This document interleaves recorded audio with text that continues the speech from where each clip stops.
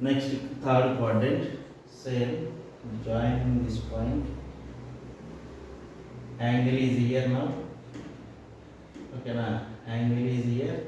So angle here means this is adjacent. Adjacent is negative.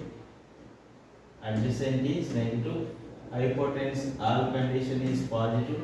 This is parallel to negative direction. So this is also negative. This negative, this negative, this is positive.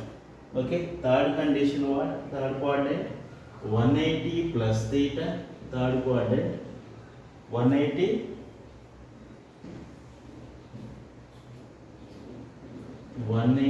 plus theta and 270 minus.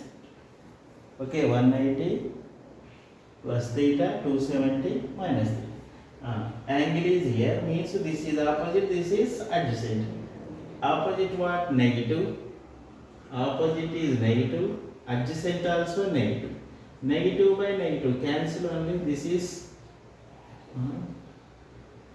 negative by positive. Opposite by negative only. Opposite. See, this is angle. This is opposite to this is hypotenuse. Opposite is negative by positive. So this is minus sin theta. Cos means adjacent. Adjacent is negative. Hypotenuse is positive. See, minus cos theta. Tan theta equal to opposite by adjacent. Both are negatives. So here negative by negative. Negative by negative equal to cancel. That is equal to plus tan theta. Cot theta equal to here both negatives only again. So minus by minus, these two are plus cot theta. Secant theta equal to reciprocal of cos. These two are reciprocals. So positive by negative. Positive by negative, this is also minus theta. Why? Because both one is negative. Next one, cosecant. Cosecant means reciprocal of sine.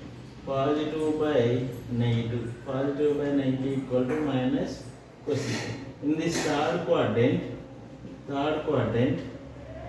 tan and cot only positives. Remaining are negatives. Okay.